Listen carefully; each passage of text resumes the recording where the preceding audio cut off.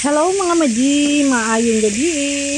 For our dinner, so among dinner karon kay fried chicken o sinabaw na shell. So dito sa fried chicken ngani ang hitsura. So dili ko ga-coat kanang mga fry mix kay si Grumpy man dili siya gustog mga inana. So kani siya ngani yung color kay na siya ay akong gibata ana kay ano ra gyud.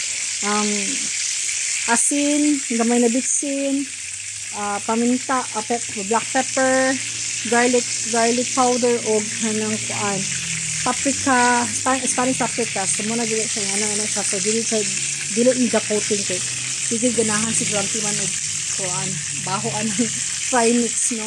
So diri ta magsabaw pud ni.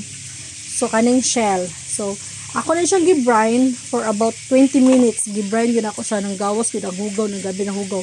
Pag brine ako, adra na ako siya asin. So, pag kanang, after 20 minutes, grabe gid na hugaw, gid ang nang gawas. So, nakadagko gid, basta ako na siyang gi-brine for 20 minutes. And gigasan siya, kapila, gihugas para malimpis siya. No? So, ready na ako ang pan, yung lamas.